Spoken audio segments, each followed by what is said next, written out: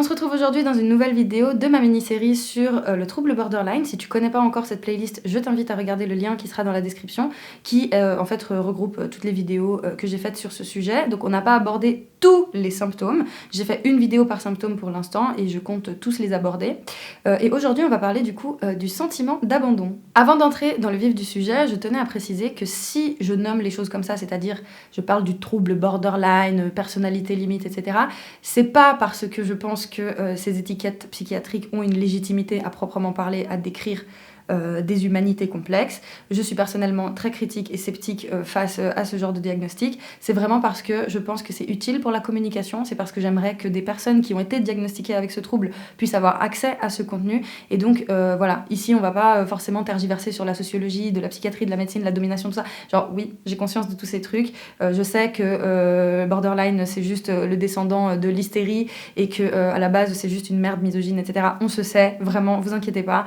Mon but c'est de juste pouvoir aider des personnes en détresse qui n'ont pas d'outils et qui ont besoin de se rendre compte qu'elles ne sont pas seules, qu'il y a des solutions. Et du coup, voici une petite partie de la solution selon moi. En tout cas, le fait de partager la façon dont je le vis, la façon dont d'autres personnes le vivent, parce que du coup, ces vidéos-là, je les fais avec l'aide aussi de mes abonnés, notamment sur Instagram. Ça permet justement déjà d'avoir accès à de l'info, à se sentir moins seule, à avoir des outils. Et pour ce faire, voilà, c'est pour ça que j'utilise ces terminologies-là.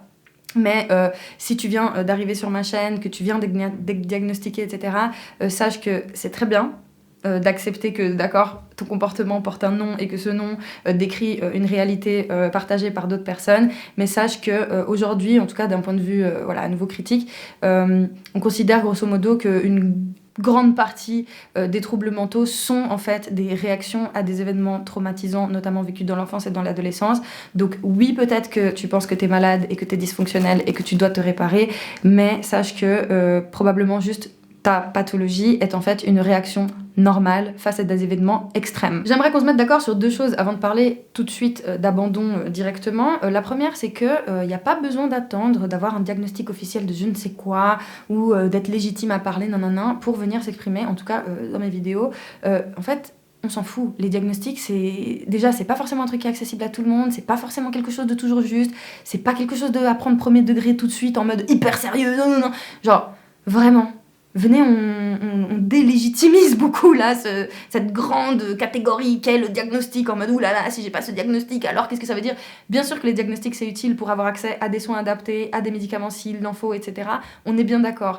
Mais là, ce que je veux dire, c'est que si là tu regardes ces vidéos-là, que tu te poses des questions parce que tu te dis putain, je m'identifie un peu trop à ce qu'elle raconte, les solutions qu'elle propose, effectivement ça me fait du bien, etc., eh ben c'est tant mieux! Et on s'en bat les couilles de savoir si t'es border, pas border, officiel, pas... C'est pas grave. C'est des caractéristiques qui sont très répandues dans la société. Moi, je suis absolument convaincue qu'il y a beaucoup plus de personnes border autour de moi que de gens qui ne souffrent pas, parce que juste, je pars du postulat que nous vivons dans un monde si violent que j'ai du mal à croire qu'il y ait des gens qui ne vivent pas avec du stress post-traumatique. Mais ça, c'est peut-être un biais que j'ai moi à cause de justement mon trouble. Mais voilà, genre... Ça ne m'étonnerait pas que, je sais pas moi, dans 20 ans, on se rende compte qu'en fait, borderline, ça veut rien dire du tout, que juste, en fait, ça décrit un truc que la majorité de la population vit, à plusieurs échelles, etc. Enfin bref, on se sait. Donc oui, c'est normal si tu te reconnais, tant mieux si les outils t'aident, et ne panique pas si t'as pas de diagnostic, ne panique pas si tu veux t'exprimer, mais que, t'es pas légitime, on s'en fout, mais vraiment, on s'en fout. Partage, expérimente, transmets, c'est bienvenu. Deuxième chose que je voulais dire, effectivement, la majorité des êtres humains, on rencontre des émotions négatives dans la vie, on peut être amené à se sentir en insécurité, agressé dans des situations où c'est pas le cas. On peut se sentir trahi, abandonné, rejeté dans des situations où factuellement ce n'est pas le cas. Donc oui, à peu près tout le monde peut se reconnaître dans ce que je vais raconter aujourd'hui. Par contre, pour les personnes borderline, il faut comprendre que ce qui, toi, peut t'arriver potentiellement une fois tous les 3 mois, nous, on le vit quasi quotidiennement, en tout cas toutes les semaines, voire tous les mois si on est déjà un peu plus stable, voire plus, si vraiment on a géré son trouble là en mode carré, c'est bon, on se connaît par cœur et puis on a tous les outils qu'il faut pour tout gérer. Mais voilà, ce qui caractérise du coup le trouble à proprement parler, c'est le fait de vivre des effondrements émotionnels si forts et si intenses face à ce sentiment d'abandon que ça nous handicape réellement dans le quotidien. Ça nous handicape pour travailler, avoir un job, pour avoir des relations normales avec nos proches. Et on parle vraiment de relations les plus basiques, hein. Genre vraiment des relations basiques, pas des trucs super complexes, genre ta relation avec ta famille, avec, je sais pas, ton collègue, ton voisin, ton meilleur pote, ton cousin, tu vois. Genre vraiment, ce trouble, en fait, pour moi, il est vraiment centré sur l'instabilité émotionnelle. C'est vraiment le fait que ce que génère notre propre cerveau dans notre corps est tellement dur à vivre, c'est douloureux. En fait, ça fait mal. Physiquement, ça fait mal d'avoir des émotions pour une personne borderline. C'est désagréable pour tout le monde de sentir des émotions négatives. C'est le but d'ailleurs des émotions négatives. Le but d'une émotion négative, c'est que tu te sens pas bien parce que ton corps il dit bonjour, j'ai un besoin à combler. Et du coup, toi, si tu écoutes ton émotion négative, tu te dis ah, je suis fatiguée, ok, il faut que j'aille dormir. Ah, je suis en colère, ok, il faut peut-être que je me retrouve seule. Ah, je suis triste, bon, ok, il faudrait peut-être que. Voilà. Pour une personne borderline, avoir des émotions en général, c'est très intense, c'est très fatigant parce qu'on les sent vraiment fortement. Mais en plus de ça, on a une tendance à beaucoup plus ressentir nos émotions négatives parce que cadre traumatique et parce que comportement qui va en ce sens. Et non seulement, du coup, on a tendance à encore plus vivre des émotions négatives, mais on en fait de la merde. C'est-à-dire qu'on va pas juste sentir des émotions négatives extrêmes et se dire ah, ça veut dire que j'ai besoin de me reposer, que j'ai besoin de solitude, que j'ai besoin d'un soin ou que peu importe. Non, on va avoir des émotions extrêmement négatives et on va avoir un comportement derrière qui va accentuer et empirer le cycle infernal qui se passe dans nos vies. Et c'est ça qui caractérise une personne borderline. C'est le fait d'être pathologiquement enfermée dans des comportements qui la détruisent. Donc vraiment, il faut garder en tête que là, les petits exemples que je vais te donner, une personne border, quand elle y réagit d'une manière qui peut littéralement porter atteinte à sa vie. Genre, on en est là, quoi. Et j'exagère pas du tout, c'est que c'est la vérité. Et oui, ça paraît dramatique, et oui, ça paraît disproportionné, mais c'est d'ailleurs la caractéristique principale du trouble, c'est de vivre des choses extrêmes et d'avoir des réactions extrêmes. Donc oui, en fait, c'est logique. Pour une raison qui m'échappe, un bout de la vidéo a sauté, c'est pas grave, je vais le retourner maintenant. Donc ici, la carreau du montage. Je vais pas lire toutes les réponses, elles vont apparaître à l'écran pour les personnes que ça intéresse. Mais par exemple, quand tu dors avec quelqu'un que tu aimes et que au réveil le matin, cette personne n'est plus dans la pièce et est partie de l'appartement. Quand un proche te dit que finalement, il est pas disponible pour un événement auquel tu l'as invité. Quand quelqu'un ne répond pas à un de tes messages ou répond avec un ton un peu froid ou un peu distant plus que d'habitude. Quand ton psy écourte un rendez-vous juste parce que on est arrivé à la fin de l'heure de thérapie et que t'avais encore besoin de parler. Quand tu vois des amis à toi faire des activités auxquelles tu n'as pas été convié ou invité et que ils s'amusent sans toi. Quand quelqu'un hausse un petit peu le ton ou se montre agacé ou irritable ou juste en fait manifeste une émotion négative envers nous. Quand on parle au téléphone avec quelqu'un qu'on aime et que cette personne coupe abruptement la conversation sans prévenir entre guillemets qu'elle va toucher à sa fin. Quand on voit des gens passer du bon temps alors que nous on s'en sent incapable. Quand on habite avec quelqu'un et que cette personne demande à être seule dans sa chambre par exemple et elle nous demande de sortir. Un truc qui revient beaucoup, c'est le fait aussi que les personnes en face de nous ne partagent pas exactement les mêmes émotions. Par exemple, si un proche à moi n'est pas réactif à ma peine, ma joie ou ma colère. Si quelqu'un n'est pas indigné comme moi face à une situation qui m'a touchée, etc. Donc je sais pas si tu vois, mais il y a quand même des points communs qui ressortent pas mal. Moi du coup je relève deux choses notamment. La première, c'est que dans la majorité des situations, la personne border a eu une crise face au fait que une autre a posé une limite. C'est-à-dire que la personne en face, elle a dit « là j'ai plus le temps, là j'ai plus envie de te parler, là en fait ça me saoule d'essayer d'être patiente et avoir du tact, là j'ai pas l'énergie en fait de te donner de l'attention, etc. » Donc en fait face à ce genre de dynamique, la personne borderline, elle va prendre ça comme une attaque, comme une agression contre elle, et elle n'est pas en capacité de comprendre qu'en fait les gens quand ils font ça, c'est pas qu'ils sont contre nous, c'est juste qu'en fait ils pensent à eux. Quand quelqu'un dit « écoute là je suis fatiguée, j'ai pas envie de te parler », c'est pas forcément qu'il dit tu me casses les couilles, t'es une personne horrible et va crever. La personne elle dit juste un truc qui la concerne. Je suis fatiguée, j'ai pas l'énergie et ça me concerne, ça ne te concerne pas toi. De la même manière que quelqu'un qui va juste te dire écoute là j'ai besoin d'être seule, est-ce que tu peux sortir de ma chambre parce que j'ai envie d'être isolée, ce qu'elle te dit c'est pas ta présence m'est insupportable et en fait l'air que tu respires tu le gaspilles et j'en ai marre.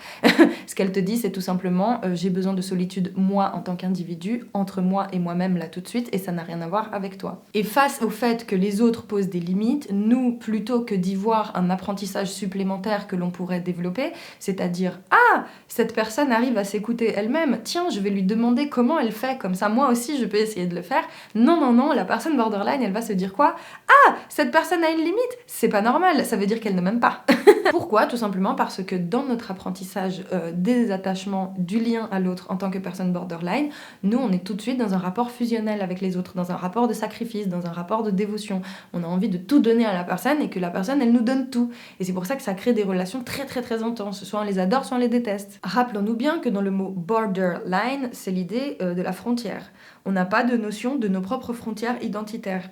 Parce qu'on n'a pas eu encore l'occasion de le développer de façon saine. Sinon, on n'aurait pas développé ce trouble. Donc, on n'arrive pas nous-mêmes à connaître nos propres limites mentales et physiques parce qu'en fait, juste, on a appris à vivre sans en avoir. Et de ce fait, vu que nous-mêmes, on ne comprend pas qu'on a des limites personnelles et qu'en fait, elles devraient être respectées par notre entourage, eh ben, on ne va pas comprendre qu'il faut que nous, on respecte celles des autres et de notre entourage. Et donc, quand on va sentir que quelqu'un pose une limite avec nous, plutôt que de voir juste « Ah, ok, j'apprends à connaître cette personne, elle fonctionne comme ci, elle fonctionne comme ça », nous, la sensation qu'on va avoir, c'est de se prendre un fucking mur, en fait. Mais comme ça, de nulle part, parce que c'était pas dans nos options, en fait. Dans notre cerveau de borderline, c'est pas un truc existant, le fait que l'autre, il a une individualité, une notion de son identité, que cette personne connaît ses besoins, que cette personne connaît sa fatigue, son taux d'énergie, etc. Et que du coup, cette personne, elle est capable de se dire, là, je peux être avec toi, et il y a des moments où je suis pas capable. Parce que nous, en fait, c'est une capacité dont on a été complètement privé. On nous a jamais donné l'occasion de nous sentir comme un individu à part entière, avec une place, avec une identité propre, avec des limites propres, etc. Et comme nous, on a été privés de cette faculté, on comprend pas quand les autres l'utilisent. Et on comprend pas quand les autres juste pensent à eux. Parce que quelqu'un qui pense à lui, c'est forcément quelqu'un qui pense pas à nous, en fait. Et en tant que borderline, on est dans un besoin absolu de recevoir une attention à la hauteur de la douleur que l'on ressent. Et si notre douleur est extrême, on a besoin d'avoir de l'attention extrême. Sauf que l'attention, comme le temps, comme l'énergie, comme l'argent, comme tout, c'est une ressource. Et les gens, ils ont une attention limitée. Et du coup, oui, des fois, ils peuvent avoir envie de discuter avec toi pendant 3 heures de tous les traumatismes les plus difficiles que tu as eu à traverser. Mais des fois, leur capacité d'attention, elle est diminuée, leur énergie, elle est diminuée, leur fatigue. Et en fait, pour que eux ne finissent pas comme nous, c'est bien justement que ces gens respectent leurs limites. Et nous, plutôt que de nous énerver face au fait que ces gens aient des limites, on devrait se dire tiens, comment ils font, comme ça nous on apprend à le faire aussi. Mais chez une personne borderline, c'est pas ça qui se passe au départ, à part si t'as pu faire de la thérapie et que t'as compris le mécanisme.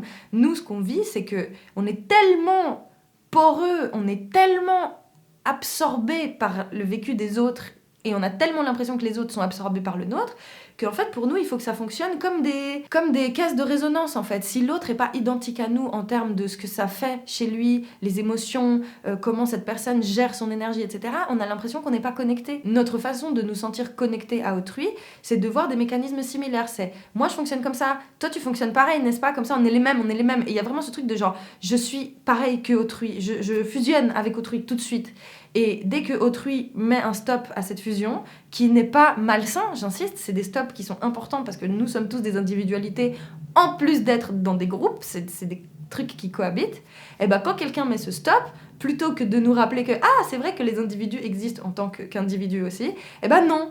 Nous, on le voit comme une trahison dans la relation, une trahison dans la fusion qui constituait l'entité du nous, en fait.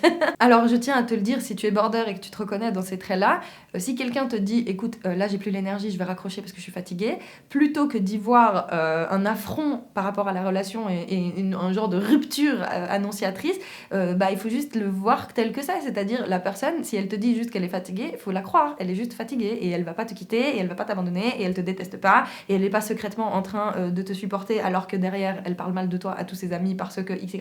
Non, a priori si elle te donne l'heure et qu'elle te dit là je peux plus, il faut juste se fier à ce qu'elle te dit. Elle t'a donné l'heure et maintenant elle peut plus, ça s'arrête là. Et c'est vraiment, en tout cas pour moi, ça a été central de comprendre ça parce que je trouve que c'est un des piliers du trouble, c'est le fait de justement ne pas comprendre ce concept de limite, ne pas comprendre que ça existe et que c'est sain et que c'est pas dangereux. Parce que déjà de un, nous quand on a voulu expérimenter nos limites en étant plus jeunes, on a reçu que de la violence derrière, c'est pour ça qu'on a développé un trouble, et en plus de ça, on a appris que survivre, c'était outrepasser nos propres limites. Pour nous, survivre, ça signifie continuer d'aller au front, continuer de se sacrifier, continuer d'encaisser des événements traumatiques, continuer de côtoyer des gens qui nous font sentir horriblement mal, continuer de vivre des choses qui nous mettent en danger émotionnel, moral et physique. Donc nous, notre survie repose sur la notion de dépasser nos propres limites, des limites qu'on ne connaît même pas, Et du coup, la façon qu'on a d'interagir avec des autres, en tout cas la façon qu'on a de se sentir en lien avec autrui, c'est d'être avec des gens qui ont le même mode de fonctionnement. Sauf que si on n'est que avec des personnes qui ont ce même mode de fonctionnement, on n'apprend jamais à sortir de ce cercle horrible qui est du coup l'autodestruction. Parce que si tu interagis que avec des gens qui ont le même mode de fonctionnement que toi, ils vont pas t'aider à arrêter de t'autodétruire parce qu'ils s'autodétruisent eux aussi. Donc c'est pas une solution. Et inversement, si tu ne côtoies que des personnes qui ont une constitution identitaire ultra saine, avec vraiment une notion de leurs besoins très très claire, avec vraiment une capacité de se gérer hyper carrée, etc., tu vas te sentir abandonné. Tu vas te sentir abandonné parce que juste pour toi, le lien repose sur le fait d'être les mêmes, de pouvoir avoir une sensation de fusion, quoi. Et du coup, nous, quand on va commencer à s'attacher à des personnes qui ont un fonctionnement, entre guillemets, plus sain que nous, plutôt que d'y voir l'occasion de grandir, de changer, d'évoluer, on va y voir des risques d'être abandonné à tout moment. Parce que du coup, on va se voir nous à travers notre prisme, c'est-à-dire borderline, et quand on va voir que la personne en face, elle gère les choses différemment, on va se dire « Ah non mais attends, mais quand elle va voir que moi je suis comme ça, finalement elle va arrêter de vouloir me voir. Ah mais en fait elle va penser que je suis quelqu'un de trop toxique. Ah mais en fait quand elle va voir ce trait ou ce trait ou ce trait, en fait elle va partir du jour au lendemain et on est en panique, etc. » Donc c'est vraiment à nouveau tout ou rien. Soit je suis que avec des gens qui fonctionnent comme moi, soit j'essaye de m'attacher à des gens qui ont rien à voir avec moi, mais je vais me sentir tout de suite abandonnée à la moindre occasion. Le deuxième truc qui ressort beaucoup, c'est justement le fait de partager les émotions. C'est-à-dire qu'une personne borderline, elle vit beaucoup sur son mode émotionnel instantané. C'est-à-dire que la plupart des gens, ils vivent des émotions et ils arrivent à les filtrer, c'est-à-dire ils vivent des trucs intérieurement et ils masquent assez bien ce que ça leur fait en société. Je sais pas, quelqu'un qui est au travail, qui reçoit une mauvaise nouvelle et qui continue de garder la face, qui continue de faire son travail, je sais pas, de réceptionniste, de caissière, peu importe. Une personne borderline au travail qui reçoit une mauvaise nouvelle, je te garantis qu'elle s'effondre même si c'est devant un client. Donc vraiment, nous, les émotions nous traversent comme ça de façon immédiate. Elles sont tellement violentes, elles sont tellement puissantes et douloureuses que chaque sensation émotionnelle peut être l'équivalent d'une brûlure pour une personne normale, entre guillemets. Je prends cet exemple-là, je l'ai vu sur TikTok d'une meuf qui s'appelle Alice, je crois, et qui parle aussi beaucoup de ce trouble dans ses TikTok. Elle donnait l'exemple je sais pas, t'es dans une conversation avec quelqu'un, et tout d'un coup, tu sens une sensation de brûlure parce que, je sais pas, tu t'es trop approché d'un feu, t'as pas vu qu'il y avait une plaque allumée et t'avais ta main posée dessus. Et si t'es dans une conversation avec quelqu'un et que tu sens ta main qui brûle, tu t'arrêtes de parler et puis tu réagis, en fait, parce que t'as mal. Pour les borderline, c'est pareil avec les émotions. Nos émotions nous font sentir tellement de douleur intérieure que c'est comme si on se sentait tout le temps cramé pour un oui ou pour un non. Donc quand nos émotions arrivent, boum, ça nous envahit, ça se voit, ça nous traverse et c'est tellement douloureux que c'est obvious. Et du coup, la seule façon qu'on a de vraiment se sentir en lien avec autrui, c'est de partager cette émotion et de voir comment elle est reçue. Et de surtout voir si la personne la comprend. Et comment nous, on interprète ça, la personne le comprend seulement si elle peut sentir comme nous. On va jamais pouvoir se contenter de quelqu'un qui dit « Ah oui, je comprends », mais qui ne sent rien, qui va juste te dire avec un regard un peu extérieur, genre « Ah oui, ça doit être dur. Ah oui, je comprends, ça doit pas être facile à vivre tous les jours. » Pour nous, ça veut rien dire. Pour nous, ça, c'est genre de l'hypocrisie. On est là, mais tu dis ça, mais en fait, tu le penses pas. Enfin, tu le dis parce que t'es gentil, mais c'est pas toi, tu peux pas comprendre là ce que ça me fait. On se sentira connecté à autrui seulement si la personne, elle se sent comme nous quand on va lui raconter un truc et qu'elle est là genre « Ah ouais, hein ?» et puis qu'elle partage les mêmes émotions que nous. Et là, boum, on sent du lien. Et là, boum, on lutte contre ce sentiment d'abandon. Parce que nous, on se sent continuellement abandonné par nous-mêmes. On s'abandonne nous-mêmes tout simplement parce qu'on ne sait pas répondre à nos propres besoins, parce qu'on n'est pas une personne fiable pour nous-mêmes en termes d'assurer notre sécurité et notre intégrité physique et mentale. Du coup, une personne borderline, par définition, surtout quand elle va mal, elle n'est pas une personne sécure pour elle-même. Donc, elle est toujours en train de s'abandonner. Là où la personne borderline devrait se dire « Ah, là, j'aurais besoin de dormir, là, j'aurais besoin de manger, là, j'aurais besoin de m'isoler, là, j'aurais besoin de parler, là, de combler les besoins au moment où ils se manifestent. » La personne borderline, elle fait pas ça. Elle a les besoins et elle s'abandonne. Mes besoins ne comptent pas. Mes limites sont inexistantes. Je n'ai pas besoin d'écouter ce que mon corps me dit. Moi, je dois continuer de survivre dans mon milieu traumatique. Donc, comme nous, on s'abandonne tout le temps, on dépend exclusivement du fait que d'autres gens ne nous abandonnent pas. Et la seule façon d'avoir la sensation que ces gens ne nous abandonnent pas, c'est qu'ils partagent dans les tripes les sensations que l'on a. Et c'est vraiment initialement comme ça qu'on arrive à tisser du lien. Et le fait d'avoir des émotions très fortes qui nous déroutent, qui nous dépassent, qui nous traversent, oui, au départ, ça peut être atténué par la présence d'autrui, par le fait que d'autres gens vivent comme nous, des choses similaires, etc. Mais à terme, c'est à nous de réussir à calmer l'incendie intérieur tout seul. Parce qu'en fait, il n'y a personne qui va faire ce travail à part nous. Attention, vraiment, loin de moi l'idée de tomber dans un discours individualiste. Mon but, c'est pas de dire... Parce que je sais que les bordies qui m'écoutent, elles vont se dire « Ah ok, du coup maintenant, à partir de maintenant, c'est tout ou rien. Donc maintenant, j'arrête de parler à tout le monde et je m'isole. Et puis maintenant, c'est que moi et moi-même. » C'est pas le but non plus. Le but, c'est juste de réussir à trouver une balance entre qu'est-ce qui peut être géré par des relations et qu'est-ce que je dois gérer moi tout seul. Et surtout, en quoi l'abandon ici n'a rien à voir avec moi. Parce que si on se sent abandonné, on va pas combler nos besoins. Pourquoi je vais faire attention à moi? Pourquoi je vais faire attention à ma santé? Pourquoi je vais prendre soin de moi si de toute façon personne ne m'aime, personne ne veut de moi et tout le monde m'a abandonné? Je vais mourir, c'est tout ce qui compte. Parce que c'est ce sentiment-là qui, en fait, dirige tout ce qu'on fait. Toute notre vie. Donc si on se sent abandonné par les autres et qu'on s'abandonne nous-mêmes de base tout le temps, bah ouais, en fait, on va continuer d'aller dans le gouffre horrible du borderline et finir par la façon dont ça se termine pour la plupart d'entre nous, par une TS et peut-être un réel suicide. Alors que si on arrive à faire la part des choses et se dire, ok, il y a des choses dans lesquelles c'est que moi qui peux gérer et il y a d'autres trucs dans lesquels je peux demander à autrui de m'aider, si on arrive à trouver cette bonne balance, alors il y a des moments où on va se dire, ok, là c'est moi qui dois gérer cette situation, et d'autres moments où on va pouvoir solliciter l'aide des autres de façon adaptée, sans se sentir abandonné justement. Et ça nous permet de remettre vraiment l'église au milieu du village, de se rappeler que non, quand quelqu'un pose une limite, en fait il fait pas quelque chose contre nous, il fait quelque chose pour elle ou pour lui. Qu'en fait c'est sain que les personnes à des moments se mettent en priorité, parce que c'est ce qu'on devrait faire nous, à un moment donné se dire qu'est-ce que je peux gérer moi seul, qu'est-ce que je peux moi mettre en priorité entre moi et moi-même, et comment je peux m'inspirer de l'attitude de cette personne qui me paraît certes un peu douloureuse me concernant, mais la concernant elle-même, quelque chose de très positif. Oui, c'est positif que ta pote écoute sa fatigue. Oui, c'est positif que ton mec te dise écoute, là, j'ai pas envie de te parler parce qu'en fait, si on continue cette discussion, je vais m'énerver. Oui, c'est positif que quelqu'un te dise écoute, là, j'ai besoin de prendre de la distance parce qu'en fait, ça se passe mal quand on se voit et je préfère te voir dans des conditions meilleures. C'est sain. C'est bien que ces gens fassent ça parce que ça va dans le sens de préserver la relation sur le long terme. Sauf que nous, on pense que court terme. Nous, on voit que l'acte de rupture, l'acte de mise à distance, l'acte de poser une limite, alors que sur le long terme, c'est juste une façon de prendre soin de la relation en réalité. Parce que la personne prend soin d'elle, et si elle prend soin d'elle, elle peut prendre soin des autres. Et c'est comme ça que nous, on devrait pouvoir fonctionner. Mais non, on n'y arrive pas parce qu'on est dans ce mode dans lequel nous, on n'existe pas.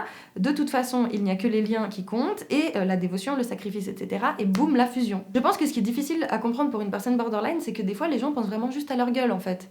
Genre, tu n'es vraiment pas leur centre du monde. Genre, ils sont pas tout le temps en train de parler de à quel point t'es chiante, et à quel point t'es insupportable, et à quel point tu leur pourris la vie, etc. À moins que tu le fasses réellement. À moins que tu sois vraiment activement dans un truc insupportable avec la personne. Mais a priori, si juste c'est une relation qui se passe plutôt bien, que la personne elle met un petit stop, bah y a pas de raison de penser ça. Et c'est difficile parce que oui, en tant que border, on a déjà été confrontés dans des situations où les gens nous ont trahis, nous ont manipulés, nous ont justement mis en mode bouc émissaire pour des choses qui étaient pas de notre fait, etc. Donc c'est normal d'avoir peur de ce genre de choses. Mais l'écrasante majorité du temps, quand les gens posent des limites aussi simples que celles que je viens d'énoncer, c'est juste pour eux. Et c'est parfois effectivement un peu égoïste, parfois ça manque un peu d'empathie, parfois c'est mal placé ou c'est mal amené, mais c'est souvent pas aussi grave que ce qu'on s'imagine en tant que border. Et quand bien même les personnes en face soient vraiment pas cool et justement aient eu un comportement de merde, etc., et bah juste, à nouveau, une question de mesure et de proportion. Bah ouais, des fois des gens font des trucs pas cool et bon, ça fait chier, mais voilà, c'est pas grave. Ça fait chier, mais c'est pas grave. Pour une personne border, ce truc pas cool, ça va être un déclencheur potentiel d'une grosse crise. Et ces grosses crises, à quoi elles ressemblent? Bah du coup, je te renvoie à la vidéo que j'ai mentionnée précédemment, mais c'est surtout qu'on va rentrer dans un tunnel de rumination et de dépréciation intense qui peut se terminer en acte auto-agressif, voire en TS. Ça veut pas dire que t'es conne ou que t'as rien compris ou que je sais pas quoi, ça veut juste dire que là, ton système nerveux, il souffre et qu'il réagit plus que d'habitude. Et que du coup, bah, t'es épuisé, t'en as marre, t'as besoin de plus de sécurité. Ça dit des choses par rapport à tes besoins, en fait. Donc voilà, je voulais juste faire cette parenthèse parce que je sais qu'il y a aussi beaucoup de gens qui m'écrivent pour me dire « Mais moi, je comprends pas, je continue à mal réagir alors que j'ai fait ci, que j'ai fait ça, que machin, que j'ai du recul. » Ouais, c'est un trouble, en fait. C'est comme l'addiction. C'est un trouble. Tu peux très bien avoir été chez les narcotiques anonymes, avoir fait des moments de sevrage, nanani nanana, tout ce que tu veux, rechuter, rearrêter. Ça fait partie du processus. C'est normal en fait. Comme tu as pu le voir, du coup, il n'y a pas de logique derrière. Parce que des fois, j'ai des proches aussi de personnes border qui me disent oui, mais je comprends pas, j'aimerais pouvoir aider cette personne, mais du coup, non, comment l'aider? Déjà, essayer d'être rationnel et logique dans cette situation, ça sert à rien. Parce que c'est pas rationnel la réaction que l'on a. Donc c'est pas avec des arguments rationnels que ça va s'arranger. En fait, quand on est tranquille et pas en réaction traumatique, oui, on peut faire fonctionner notre petit cortex préfrontal et puis analyser les choses, etc. Mais quand on est dans la situation dans laquelle on est déclenché, que notre système nerveux, boum, il a activé l'alarme incendie, et qui se dit oulala, on m'abandonne, oulala, je vais mourir, parce qu'en fait c'est littéralement ça qui se passe, hein. C'est pas juste qu'on se sent abandonné, c'est qu'on se sent abandonné, donc on va mourir, parce qu'on dépend de nos relations, et si nos relations n'existent plus, on n'est rien. Pourquoi? Parce qu'on n'a pas de notion de nous-mêmes, notre identité ne veut rien dire, notre identité c'est les autres, notre identité c'est le lien qu'on a avec les autres. C'est d'ailleurs pour ça que j'ai une petite méduse, tatouée là, ici, on la voit pas, une petite méduse sur le poignet, parce que pour moi, ça définit vraiment la façon dont je vis mon trouble. Moi, je me sens comme un petit sac plastique qui ne prend forme que dans l'océan. Et que dès qu'elle touche d'autres individus, ça brûle en fait. C'est vraiment pour ça que j'ai ce petit tatou. Et du coup, pour moi, cette image, elle est très parlante parce que les relations, c'est les gouttes d'eau. Et puis si tout d'un coup, tu prends la méduse et tu lui enlèves l'eau par laquelle elle se forme, et ben, elle s'effondre sur elle-même, elle ressemble plus à rien en fait. Bah c'est ça que je sens, en tout cas moi émotionnellement, et je sais que c'est une image qui avait parlé à beaucoup de personnes quand je l'avais utilisée dans d'autres vidéos. Donc le travail de thérapie, le travail que je fais moi-même ici avec ces vidéos-là et tout, c'est vraiment t'aider à comprendre que tu n'es pas une méduse qui flotte dans l'océan, t'es un truc quand même un peu plus solide, avec une carapace, avec un contenu, et que oui, tu peux interagir avec le reste, et t'es pas obligé de toujours brûler ce qui te touche ou te sentir brûlé par autrui, ça peut être différent. Donc première chose à faire, ne pas essayer de rendre rationnelle la situation. Tu peux te répéter autant que tu veux, oui mais en fait il a dit ça, ça peut t'aider. Mais la première chose à faire, c'est d'être à l'écoute de sa réaction.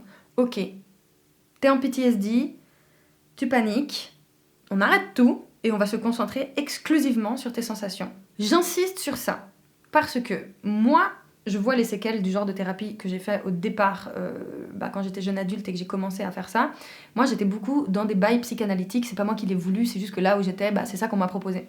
Donc la psychanalyse a ses limites, c'est franchement dépassé aujourd'hui, on sait que voilà, il y a plein de trucs qui vont pas dans cette façon d'aborder les choses, peu importe. Mais ce qui est propre à la psychanalyse, c'est vraiment le fait de ruminer sa vie, de parler de son passé, de ses parents, de comprendre les choses rationnellement, etc. Oui, ça peut être utile pour comprendre les choses, prendre du recul, changer sa manière d'interpréter les trucs, etc. On est bien d'accord. Mais ce trouble, comme je l'ai dit, est d'origine traumatique. Les traumatismes génèrent une dysrégulation violente du système nerveux, surtout si ce sont des traumatismes graves, si ce sont des traumatismes répétés, et d'autant plus s'ils sont vécus à un jeune âge. Donc, une personne borderline, par définition, elle a le système nerveux qui est flingué sa mère. Ça ne veut pas dire qu'il est foutu, ça ne veut pas dire qu'on peut rien faire, ça veut juste dire qu'il est très dysrégulé, comme justement une alarme incendie qui s'allume pour un oui ou pour un non, parce que t'as ouvert la fenêtre, parce que t'as allumé de l'encens à la maison, parce que, je sais pas, t'as roté. Voilà, ton alarme incendie, elle s'allume alors qu'elle devrait s'allumer que s'il y a de la combustion dans ton appartement, de fumée, de feu, etc. Une personne borderline, c'est ça qu'elle vit. C'est qu'elle a sa putain d'alarme incendie qui s'allume pour un oui ou pour un non tout le temps, et du coup tu peux lui expliquer autant de fois que tu veux tous les traumatismes qu'elle a, pourquoi ça lui fait ça, et qu'elle essaye de comprendre à chaque fois. Ah d'accord, là je suis déclenchée parce qu'en fait ça me rappelle ça. Ah du coup là je fais un lien traumatique parce qu'en fait cette situation m'a rappelé un autre truc. Tu peux faire ça autant que tu veux. Si tu ne te connectes pas à tes sensations physiques liées à ta dysrégulation nerveuse, ça ne sert à rien. Et c'est une meuf qui est passée 10 ans en thérapie qui te le dit et qui galère encore aujourd'hui parce que moi, il n'y a personne qui m'a mis sur un plateau d'argent l'explication de ce que je vais te dire aujourd'hui. Il n'y a pas longtemps, j'étais encore à l'hôpital parce que j'étais encore en train de disjoncter à cause de ce qui se passait dans ma vie. Parce que tu sais, j'ai compris. Tu sais, je sais ce qui se passe, j'en parle ici, je décortique, etc. Mais un truc que j'avais pas fait jusqu'à maintenant, juste parce que je sais pas, j'imaginais qu'on allait m'offrir la solution comme ça, mais on m'a jamais appris à sentir mon corps, quoi. Alors oui, en thérapie, en cabinet, on m'a déjà expliqué, vous devriez faire de la respiration comme si, on pourrait faire une petite séance d'hypnose. Oui, d'accord, mais au quotidien, tous les jours, est-ce que t'es connecté à ton corps? T'es connecté à tes sensations? Est-ce que t'arrives à te dire, oulala, là j'ai une réaction traumatique? Non. Et c'est ça, en fait, que j'aimerais qu'on apprenne tous ensemble ici, à se dire, ok, là, j'ai une réaction émotionnelle et physique là qui va m'emporter dans un tsunami de pensées et d'émotions très très négatives, mais au moins d'être connecté à ces sensations physiques, ça permet d'agir dessus. Parce que comme je t'ai dit, tu peux ruminer autant que tu veux sur le pourquoi du comment du qu'est-ce, c'est pas ça qui va régler le problème. Donc ne t'en veux pas si tu sais que tu surréagis, ne t'en veux pas si tu sais que t'as pas de raison de... On s'en fout, tu te sens comme ça et c'est de ça qu'on parle. Le pire, c'est que si tu commences à rationaliser le truc en te disant « Non mais attends, là je réagis mal parce qu'il m'a pas répondu ». Ça veut dire que je suis vraiment une conne, parce qu'en plus de ça, je sais qu'une personne qui répond pas, ça veut rien dire, mais moi je réagis comme ça, ah je suis bête et je m'autoflagelle. Mais vraiment, c'est notre passion de faire ça, c'est vraiment notre ressource favorite, c'est notre drogue préférée, c'est vraiment l'autoflagellation. Donc tu vois, même vouloir rationaliser le truc pour prendre du recul, ça peut être un prétexte pour que tu te fasses encore plus de mal, genre, mais je suis vraiment trop conne de réagir comme ça, mais non, non, non, non. Ça empire les choses en fait, ça va dans le sens du trouble. Reconnais déjà juste que si déjà ça t'a généré un stimuli négatif, ça dit quelque chose de tes besoins physiques. Là, si tu sens que de plus en plus souvent, oula, je me sens abandonnée, ça veut dire quelque chose de ta vie. Ça veut dire que peut-être que là, dans ton cadre actuel, t'as besoin de plus de repos, de plus de sommeil, de faire plus attention à comment tu manges, etc. Parce qu'en fait, même nos besoins les plus basiques, les besoins les plus primaires, on ne sait pas les combler parce qu'on avait autre chose à foutre quand on était plus jeune que d'apprendre à faire ce genre de choses. On nous empêchait de dormir, on nous a mal alimentés et en plus de ça, on n'a jamais respecté notre énergie vitale. Donc bon, voilà, faut pas nous en vouloir si on n'arrive pas à faire ça. Deuxièmement, ne cherche pas d'explication logique à la situation. Parce qu'il y en a pas. Tu te sens pas abandonné parce que logiquement la personne t'abandonne. Tu te sens abandonné parce que tu vis du PTSD continuellement et parce que tu as besoin que la prophétie autoréalisatrice de ton futur suicide puisse s'accomplir. Et c'est ça la mécanique qu'il y a derrière les personnes borderline. Et c'est pas les seules. Hein. Par exemple, j'avais fait une vidéo sur le trouble anxieux généralisé il y a quelques années et on m'avait expliqué un truc qui m'a vraiment marqué. Imaginons, t'es quelqu'un de très anxieux. T'as peur que ton mec te quitte. Comme t'as peur que ton mec te quitte, tu veux toujours t'assurer que ton mec t'aime encore. Donc tu lui poses tous les jours la question pour diminuer ton anxiété, est-ce que tu m'aimes? Et il te répond tous les jours, oui. Est-ce que ça baisse ton anxiété? Non. Donc tu continues tous les jours, est-ce que tu m'aimes? Oui. Est-ce que tu m'aimes? Oui. Mais c'est pas la solution, parce que c'est pas la réponse de cette personne qui va baisser ton anxiété. Ton anxiété te dit un truc de toi, de tes besoins à toi et de comment toi tu peux les combler. Donc tu vas poser la question, jusqu'au jour où en fait de vouloir tellement contrôler le fait qu'il t'aime, bah c'est ça qui fait qu'il te quitte. Parce qu'en fait il en a ras le cul d'être avec quelqu'un qui le croit pas. Il va au bout d'un moment se dire mais en fait j'en ai marre de dire tous les jours que je t'aime. Bah oui je t'aime en fait, mais là je finis par plus t'aimer parce que tous les jours tu penses que je te mens en fait. Et en fait ça c'est une prophétie autoréalisatrice. Un truc dont on avait peur, on a voulu éviter qu'il se passe et en fait il s'est quand même passé. Et il s'est pas quand même passé parce qu'on avait raison. Il s'est passé parce qu'on a voulu agir dessus. Alors que si on n'avait rien fait, peut-être que ça se serait passé différemment. Et c'est ça en fait qu'on a du mal à faire, les personnes border, à lâcher prise, parce qu'en fait si on n'est pas dans le contrôle continu de tout ce qui se passe autour de nous, et ben on a la sensation que ça va se péter la gueule, alors que ça se pète la gueule parce qu'on cherche à tout contrôler, justement. Là je t'ai parlé d'anxiété, mais c'est pareil pour n'importe quelle autre émotion. Tu prends la colère par exemple, je sais pas, t'es là, toi t'es en colère, t'es avec une personne qui ne l'est pas, et peut-être que toi t'es pas au courant que t'es en colère tout seul, donc en fait t'es irritable et tu t'en rends pas compte, etc. Et la personne elle va faire un truc, je sais pas, genre elle va arriver 5 minutes en retard, ça va te mettre en colère, tu vois, alors que t'étais déjà en colère. Donc la personne elle arrive, t'es en colère, et du coup elle voit que t'es en colère, et puis du coup ça la met en colère aussi. Et du coup tu vas lui dire ah bah du coup t'es arrivé en retard parce que t'étais en colère, c'est ça? En fait t'es arrivé en retard parce que tu voulais pas me voir, parce que t'as un problème avec moi. Alors que la personne elle est juste arrivée en retard, elle était pas du tout en colère contre toi, mais vu que toi tu réagis mal à son retard, bah maintenant elle l'est. Donc elle va te dire bah non j'étais pas en colère, je suis juste arrivée 5 minutes en retard, mais là du coup c'est juste que je t'ai vu comme ça, et du coup ça m'a mis comme ça. Puis la personne border dans son truc, elle va être là quoi, t'es en train de m'accuser, c'est toi qui étais en retard, c'est pas moi, nanana. Et ça va créer une escalade et une embrouille de merde, et voilà. Et du coup, ça part en couille et ça veut rien dire. Et du coup, ta prophétie autoréalisatrice de ah, cette personne était en colère et elle est arrivée en retard exprès parce qu'en fait, elle a un problème avec moi, elle me le dit pas, nanana, bah ça se confirme. Ah bah tu vois, du coup là, quand j'ai essayé de lui en parler, c'est encore plus parti en couille parce que nanana. Et en fait, derrière ce besoin de confirmer que ce qu'on a à l'intérieur est justifié par les faits extérieurs, eh ben, c'est un besoin de stimulation continue, parce qu'on a le vide intersidéral chronique qui nous envahit, justement, parce qu'on n'a pas encore eu l'occasion de construire cette notion de qui on est, où sont nos limites, de quoi on a besoin, et comment on va y répondre nous. Parce que guess what, c'est pas parce que t'es border et que t'as commencé une thérapie à je sais pas quel âge que t'es pas capable, toi, entre toi et toi-même, de te gérer. Si t'es vivant, c'est déjà une très bonne chose. Et si en plus de ça, t'es apte à étudier ce qu'on t'a diagnostiqué, à comprendre comment ça fonctionne, etc., c'est un très bon signe. Donc, super. Ce vide, on peut le combler autrement que par la dépendance à tout.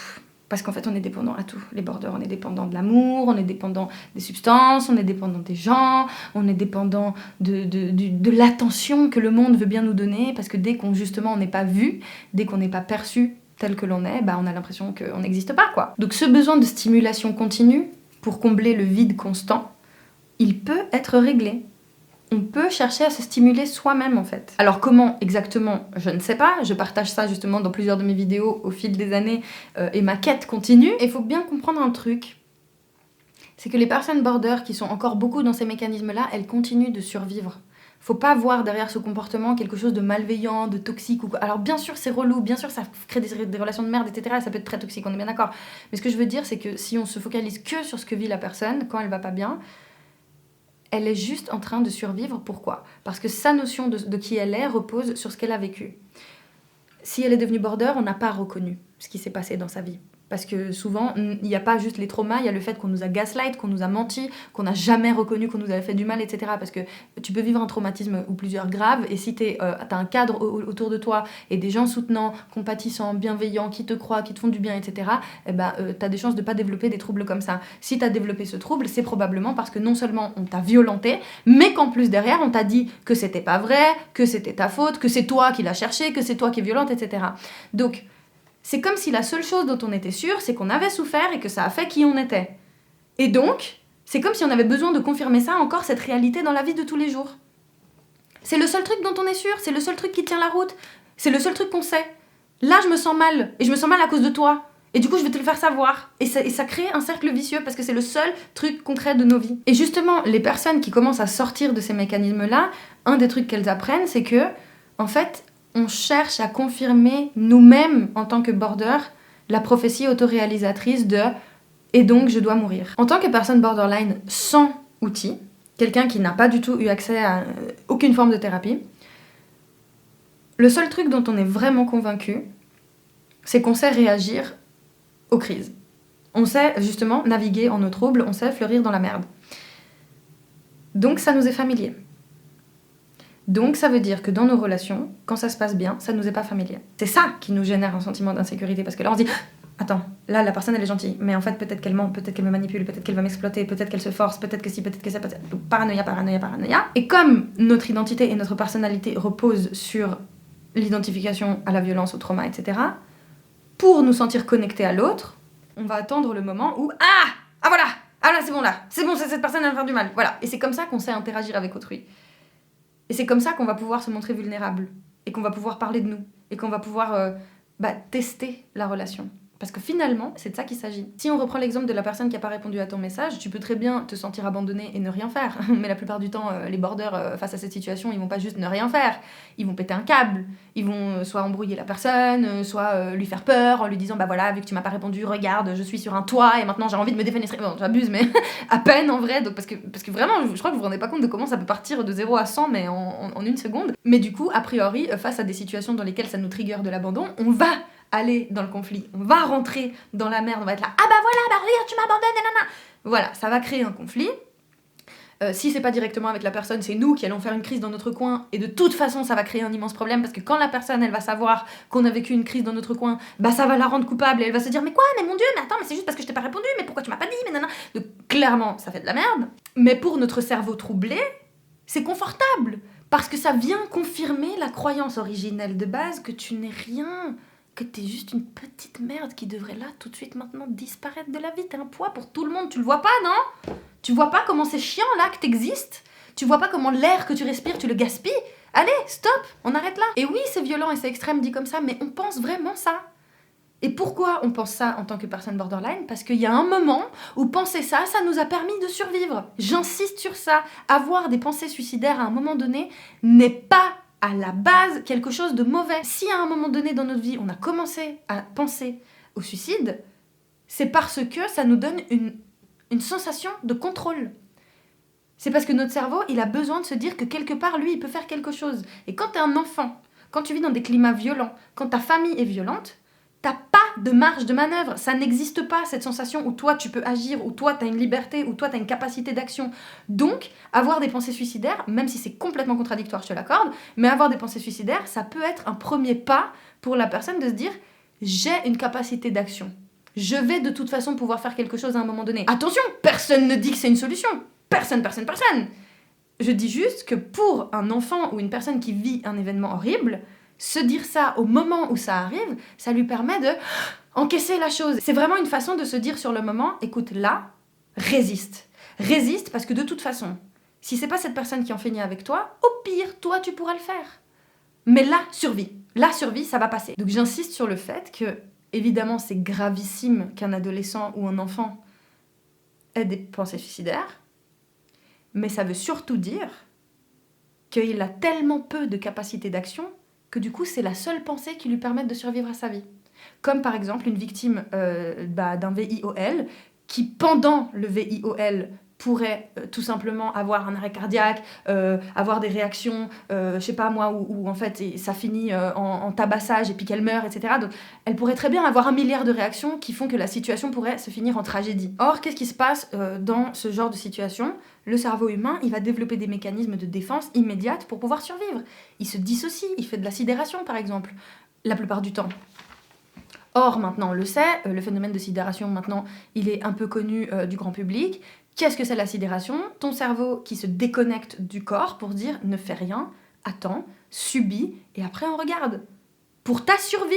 Et bah c'est pareil quand on déclenche des pensées suicidaires dans sa tête. C'est qu'à un moment donné, plutôt que de répondre par plus de violence, plutôt que d'entrer dans le drame et dans la tragédie, en tant que border, il y a eu plein de moments où on s'est dit « contiens-toi, ne réponds pas, ne réagis pas, au pire tu vas en finir tout seul. Au pire c'est toi qui vas régler le problème quand tu pourras le faire, quand on aura vraiment besoin, quand ce sera plus supportable. » Donc c'est très important de capter que les mécanismes qui aujourd'hui te pourrissent la vie, à un moment donné, t'ont sauvé. Et que ces idées-là, même si en soi elles sont très très très problématiques parce qu'elles disent quelque chose d'effectivement d'inquiétant sur ton état, à un moment donné, elles sont apparues pour une raison. Et ces raisons-là, potentiellement, ne sont plus valables aujourd'hui. Parce que le moment où tu t'es dit « au pire, je meurs », c'est un moment où t'étais peut-être effectivement en danger de mort. T'étais peut-être effectivement dans un danger réel. Et le fait que tu te dises « au pire, je meurs moi tout seul », eh ben, c'est ce qui t'a permis de traverser ce moment en ayant géré la chose. Et les borders, on a tendance à oublier qu'on a réussi à surmonter des choses qui sont atroces, qui sont hyper dures pour la majorité des gens. En réalité, on est des gens très résilients, même si ça se voit pas, même si dans notre comportement ça se manifeste pas du tout. Mais parce que ça, c'est ce que les gens voient dans les relations. Mais dans ce qu'on a pu vivre dans le passé, intérieurement ou dans un cadre intime, on est très, très, très résilient. Selon le petit Robert, la résilience, c'est la capacité d'un métal à recevoir un choc. Par exemple, plus un métal peut encaisser un choc, plus on va dire qu'il est résilient. Et d'un point de vue psychologique, du coup, c'est la capacité à surmonter des chocs traumatiques. Si t'es une personne borderline, les chocs traumatiques, t'en as connu. Et t'es toujours là à m'écouter, t'es toujours vivant ou vivante. C'est la preuve de ta résilience. Et c'est pas parce que là, dans ton quotidien actuel, ton trouble se manifeste dans plein d'aspects de ta vie qui montrent que ah bah non, du coup t'es quelqu'un qui s'attarde sur n'importe quel détail et puis tu prends tout à cœur et puis du coup tout l'inverse de la résilience. Ça c'est la pointe de l'iceberg, ça c'est ce que les gens y voient. Mais en réalité, nous, tout le bloc de glace qui va jusqu'aux abysses là, on l'a supporté, on l'a porté, on l'a tenu, on a continué de monter à la surface en fait. Et c'est pas grave si là, encore aujourd'hui, on a des séquelles de choses qu'on a dû mettre en place à un moment donné parce que c'était important. Même si c'est plus important aujourd'hui. C'est pas grave. Ça montre juste en fait qu'on a appris à réagir au monde d'une certaine manière et qu'en fait on peut être différent. Et que bah oui, pour nous, c'est quand même plus apaisant et plus tranquille si on se rend compte que ah ok, mon quotidien actuel, il est plus comme avant, j'ai plus autant de besoin de sortir les crocs, j'ai plus autant de besoin d'être paranoïaque surtout, parce que là, maintenant, je suis dans un entourage qui ne me fait plus ce que mon ancien entourage me faisait. Je suis dans un environnement dans lequel je ne vais plus revivre ce que mon ancien environnement me faisait, etc., etc. Avant de terminer cette vidéo, j'aimerais te donner un exemple qui m'a frappée, qui n'a rien à voir de base, mais qui m'a frappée quand j'ai compris le concept et qui m'a vraiment aidé à comprendre le trouble mieux. C'est du coup, depuis que je travaille avec des enfants, je fais des formations et j'ai été à une qui parle des comportements problématiques, les enfants turbulents, qui écoutent pas les règles, etc. Dans cette formation, j'ai appris quelque chose de très important. Ça se résume à une phrase. Un enfant qui ne respecte pas les règles est un enfant qui se sent mal. Je répète. Un enfant qui ne respecte pas les règles est un enfant qui se sent mal. À la base, les règles servent à définir un cadre. Le cadre sert à mettre un périmètre de sécurité dans une certaine situation. Si maintenant, je te dis, viens, on va en soirée, et je te dis, on va aller dans un parking avec des inconnus à pied pendant 50 minutes sans transport, le cadre, il te met pas trop en sécurité. Par contre, si je te dis, viens à une soirée, c'est chez ma pote, il y a un tel que tu connais, et puis on peut y aller en taxi, le cadre, il te fait sentir, a priori, plus en sécurité. C'est pareil dans le travail avec les enfants. Quand on est avec des enfants, on pose un cadre. On leur dit, vous êtes dans un espace avec des gens que vous connaissez pas, Les règles ici, c'est ça, et elles servent à ce que tout le monde se sente en sécurité, respecté, protégé, etc. Un enfant qui a compris les règles, qui sait qu'elles existent et pourquoi elles existent, et qui va quand même pas les suivre, c'est parce que le cadre ne le fait pas sentir en sécurité. Et qu'est-ce qu'il fait donc ? Il le teste. Tester le cadre, tous les enfants le font, c'est normal. Tester les limites, c'est quelque chose que l'on fait naturellement quand on est gamin, quand on nous dit il faut pas monter aux arbres, tu vas tomber, et puis toi tu veux quand même aller monter aux arbres parce que tu sais que quand même, non, ils disent que je vais tomber, moi je veux voir. Et en fait tu testes tes propres limites, tu regardes, je peux monter jusqu'ici, en fait oui, si je fais ce mouvement ça me fait mal, mais si je tombe, tu te rends compte de tes limites en fait. Là, on parle de limites physiques, mais il y a aussi les limites mentales. Puis on fait ça toute la vie, tu vois, comme on te dit, par exemple, alors attention, si vous prenez les transports en commun, il faut payer votre ticket, parce que si vous payez pas votre ticket, que vous montez dans le bus, vous allez avoir une amende. Puis t'as des gens, ils prennent jamais le ticket, et puis ils prennent le bus, et puis du coup, ils économisent vachement d'argent, et puis ils se rendent compte que le fameux cadre, en fait, il a plein de trous, et qu'en fait, on peut passer entre les mailles du filet de 1000 manières. Et on peut monter dans l'escalade comme ça, et prendre des exemples exponentiels. Mais tout ça pour dire que donc, pour revenir à cette idée d'enfant qui souffre et qui respecte pas le cadre, c'est ce qui se passe pour une personne borderline avec ses émotions. C'est qu'en fait, vu que son cadre de base, initialement, c'était un cadre dans lequel factuellement on l'a abandonné en tant qu'enfant, factuellement on l'a abandonné dans ses émotions et dans sa capacité de les comprendre, factuellement on l'a abandonné dans sa capacité à répondre à des besoins primaires, etc., comme manger, dormir, bouger, etc. Oui, factuellement une personne borderline a des raisons de tester son cadre pour voir s'il est solide en fait. C'est juste de ça qu'il s'agit. C'est pour ça qu'il y a des gamins qui testent constamment les règles. Parce qu'ils veulent voir s'ils vont passer entre les mailles du filet. Ils veulent voir si le fameux cadre il est si rigide que ça. Et les adultes, quand ils sont face à des comportements comme ça, ils le prennent mal. Parce qu'ils pensent que c'est contre eux. Alors que non, c'est pour l'enfant. C'est l'enfant lui-même qui veut s'assurer lui-même de où il est, dans quel cadre il est, et de voir à quel point les murs sont solides ou non. Et s'il sent que les murs sont pas solides, il n'a pas de raison de respecter le cadre. Pourquoi il va s'enfermer dans une pièce qui est pas si rigide que ça pour tout le monde en fait. Par contre, si les limites sont bien solides, que c'est les mêmes pour tout le monde, que tout le monde défend les mêmes, etc., là il sait que ok, le cadre c'est ça. Et puis s'il s'y sent pas bien, et du coup, il faut pouvoir proposer des espaces dans lesquels on rediscute de ce cadre pour qu'il puisse se sentir bien. Parce qu'en fait, ces règles-là ne sont pas toujours applicables à tout le monde. C'est pareil pour les personnes borderline et leurs relations. En fait, on a un apprentissage relationnel qui est chaotique, et quand on a des relations saines, tout d'un coup, on ne sait plus faire, on ne comprend pas ce cadre-là.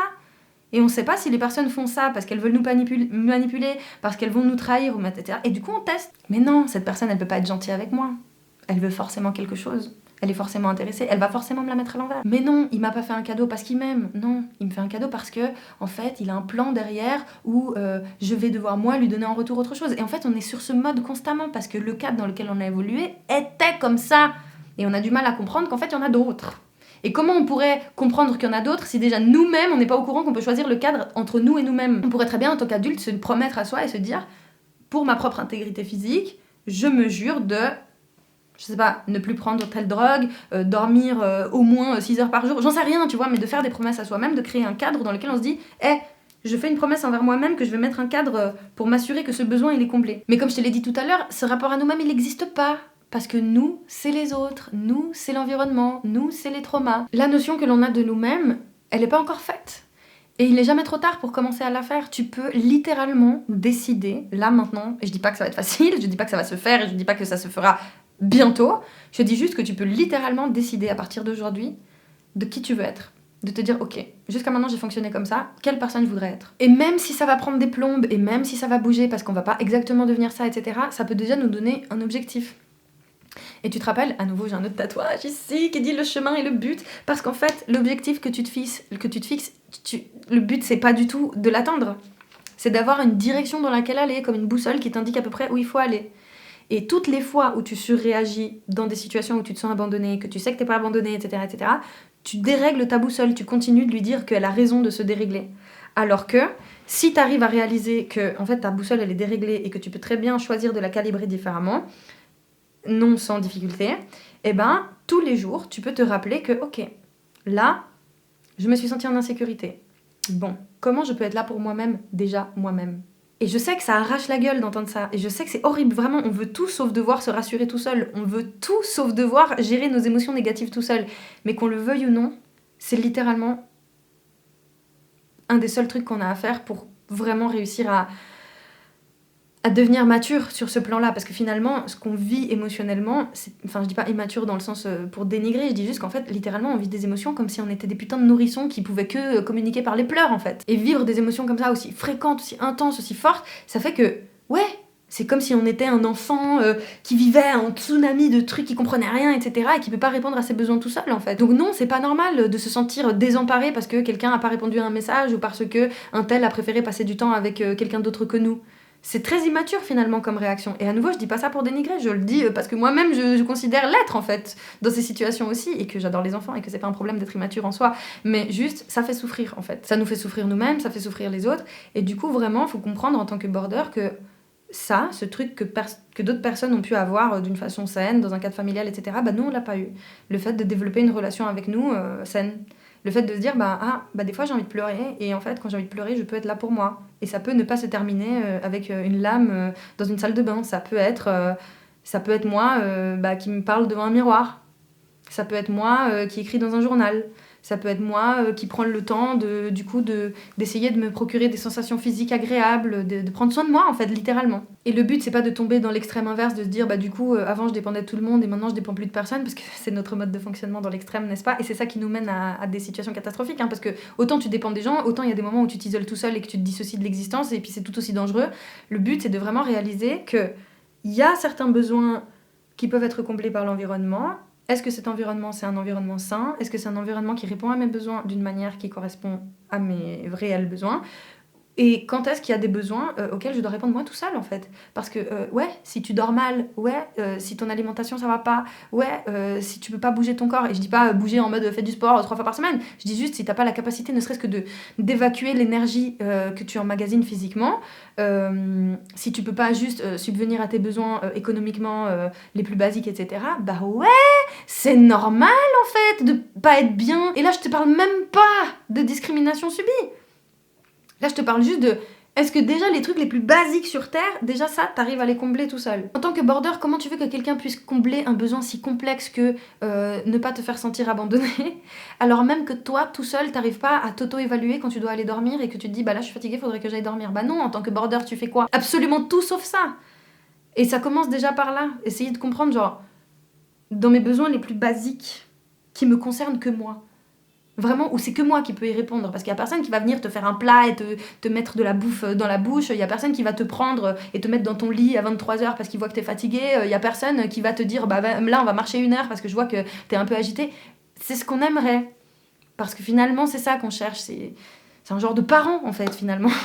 Il y a effectivement certains besoins qui peuvent être comblés par les relations sociales et il y en a plein d'autres qui peuvent être comblés par nous-mêmes, et c'est ça qu'on doit comprendre en tant que personne border, c'est que pas toujours tout ne peut être réglé par le bon vouloir de quelqu'un d'extérieur. Les émotions négatives que tu traverses ne pourront pas être toujours atténuées par une substance extérieure, des relations extérieures, des comportements extérieurs. Des fois, c'est vraiment genre juste toi et le comportement que t'as quand t'es seul avec toi-même. Et les pensées qui te traversent quand t'es seul avec toi-même et ce que tu fais quand ces pensées viennent à ton esprit. Et c'est super dur, et je dis pas que c'est facile, et encore moins que c'est accessible à tout le monde, et encore moins que qu'on devrait le faire. Et c'est d'ailleurs pour ça que j'aime bien en parler en ligne et que ce soit un travail collectif, parce que le but justement c'est de pas être tout seul dans ce genre de questionnement. Parce que la plupart d'entre nous, je tiens à le rappeler, les personnes diagnostiquées border, espérance de vie 20 ans. Voilà. T'es beaucoup plus solide que ce que tu penses. C'est vraiment la pointe de l'iceberg que tu vois, mais t'es un roc en dessous. T'as survécu. Déjà, si t'as passé la vingtaine, tu peux déjà être fier de toi, parce que la majorité d'entre nous, on n'a même pas l'occasion de savoir que ce qu'on a porte un nom, que ça s'explique par des choses qu'on a vécues et qu'il y a des outils et des potentielles solutions. La majorité d'entre nous, on finit par sombrer dans les séquelles des traumatismes, c'est-à-dire le suicide, la polytoxicomanie qui peut mener du coup aussi à la mort prématurée, ou juste les comportements dangereux pour soi qui peuvent créer des accidents et donc nous emporter très jeunes.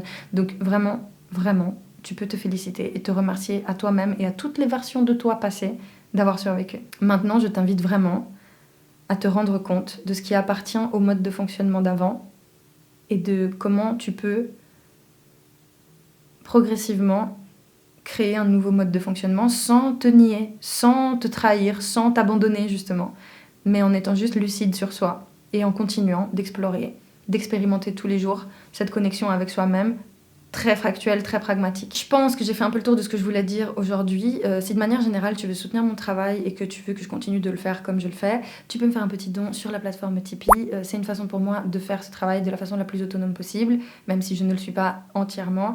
Et ça me permet de garder à nouveau une forme de liberté dans mon contenu et dans ma façon de travailler. Donc merci du fond du cœur à toutes les personnes qui soutiennent la chaîne depuis longtemps, que ce soit 50 centimes, 1 euro, on s'en fout vraiment, genre merci de participer à ce que tout ce travail collectif existe. N'hésite pas, comme d'habitude, à réagir dans les commentaires, dans la bienveillance et le respect, à poser des questions, à témoigner. Vraiment, sens-toi libre de le faire, c'est un espace d'expression.